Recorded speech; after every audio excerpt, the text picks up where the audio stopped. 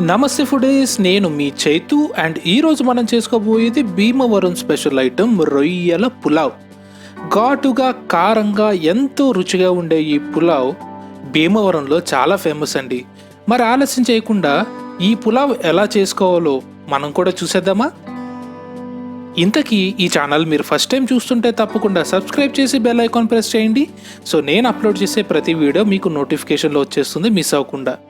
నేను ముందుగా ఈ పులావ్ కోసం 1/2 కిలో రొయ్యలు తీసుకుంటున్నాను. ఇందులో కొద్దిగా పసుపు, అలాగే కొద్దిగా కారం, కొద్దిగా సాల్ట్, ఈ 3 వేసుకొని ఒక్కసారి మంచిగా కలుపుకోవాలి. ఈ ఉప్పు కారం రొయ్యకి బాగా పడితేనే పులావ్లో అసలు టేస్ట్ వస్తుంది. దానికోసం మనం ఇవి మంచిగా కలుపుకొని ఉప్పు కారం మంచిగా కలిసిన తర్వాత ఇందులో కొద్దిగా అల్లం వెల్లుల్లి, అలాగే కొంచెం పెరుగు, ఈ 2 వేసుకుని బాగా కలిపి ఒక అరగంట సేపు మనం దీన్ని పక్కన పెట్టుకోవాలి. ఇప్పుడు పులావ్ డ్రై మసాలా కోసం మనం ఒక కడాయిలో కొద్దిగా కొబ్బరి, కొంచెం దాల్చిన చెక్క, యాలుకలు, లవంగాలు, అలాగే ధనియాలు, జీలకర్ర ఇవన్నీ తీసుకుని వీటిని మంచిగా ఫ్రై చేయాలి, ఆయిల్ లేకుండా. ఇవన్నీ మంచిగా ఏగిన తర్వాత మాత్రమే మనం ఇందులో ఎండుమిర్చి వేసుకోవాలి.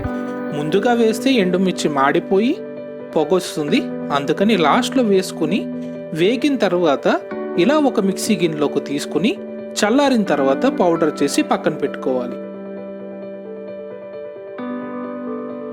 ఇప్పుడు ఒక కడాయి తీసుకుని అందులో ఆయిల్ వేడెక్కిన తర్వాత 2 పలావాకులు, కొద్దిగా దాల్చిన చెక్క, 3 యాలుకలు, కొద్దిగా జాపత్రి,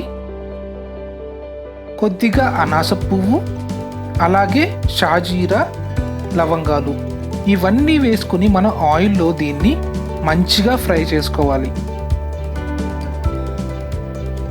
ఇవి వేగిన తర్వాత మంచి వాసన వస్తాయి. అలా వాసన వచ్చిన తర్వాత మనం ఇందులో పచ్చిమిర్చి, అలాగే ఒక సన్నగా తరిగిన ఉల్లిపాయ వేసుకుని బాగా వేపుకోవాలి. ఉల్లిపాయ వేయడం వల్ల పులావ్కి మంచి రుచి వస్తుంది. ఇలా ఉల్లిపాయ కొద్దిగా ఏగిన తర్వాత 1 స్పూన్ అల్లం వెల్లుల్లి పేస్ట్ వేసుకుని పచ్చి వాసన పోయే వరకు కూడా బాగా వేపుకోవాలి.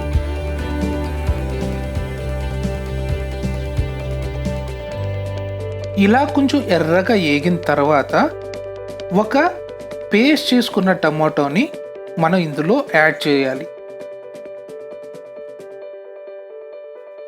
ఈ టమాటా ఉల్లిపాయ బాగా వేగడానికి కొద్దిగా ఒక 1/2 టీ స్పూన్ పసుపు, అలాగే కొద్దిగా ఉప్పు వేసుకుంటే టమాటా ఉల్లిపాయ తొందరగా మంచిగా వేగిపోతాయి.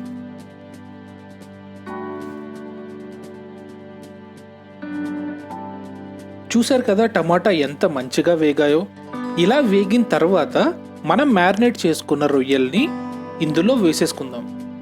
గుర్తుపెట్టుకోండి, రొయ్యలు వేసిన తర్వాత మనం ఫ్లేమ్ని మీడియంలో పెట్టుకోవాలి, ఎందుకంటే రొయ్యలు చాలా తొందరగా ఉడికిపోతాయి కాబట్టి. ఇవి 1 నిమిషం వేగనిచ్చి మనం రెడీ చేసుకున్న మసాలా పౌడర్ మొత్తం ఇందులో వేసుకుని 1 నిమిషం కలుపుకోండి. మీ దగ్గర పుదీనా ఉంటే వేసుకోండి, చాలా బాగుంటుంది పుదీనా టేస్ట్. చూసారు కదా, ఇలా 1 నిమిషం కలిపి వేగనిచ్చి మనం ముందుగా నానబెట్టుకున్న రైస్ని ఇందులో వేసేసుకోవాలి. నేను ఇక్కడ 1/2 కిలో రొయ్యలకి 1/2 కిలో రైస్ తీసుకుంటున్నాను. మీరు కావాలంటే ఇంకొంచెం రైస్ యాడ్ చేసుకోవచ్చు, ప్రాబ్లం ఏమీ లేదు. రైస్ మొత్తం కూడా ఈ మసాలా పట్టీలాగా 1 నిమిషం వేగనివ్వండి. ఇప్పుడు ఇందులో మనం వాటర్ పోసేసుకుందాం. రైస్ క్వాంటిటీకి డబల్లో, అంటే 1 కప్పు రైస్కి 2 కప్పుల వాటర్.